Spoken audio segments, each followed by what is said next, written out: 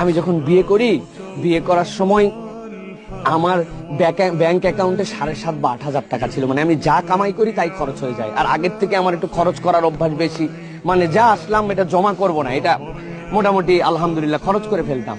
তো আল্লাহ রাব্বুল আলামিন আমার বিয়ে এবং আমার 3টা কন্যা সন্তান, এই 3 কন্যা সন্তান এবং আমার স্ত্রীর মাধ্যমে আল্লাহ আমাকে এমন বরকত দিচ্ছেন যে নবীর হাদিস হচ্ছে যে যে 3টা সন্তান কন্যা সন্তান পায় আল্লাহ রাব্বুল আলামিন তাকে জান্নাতের দিকে অগ্রগামী করেন।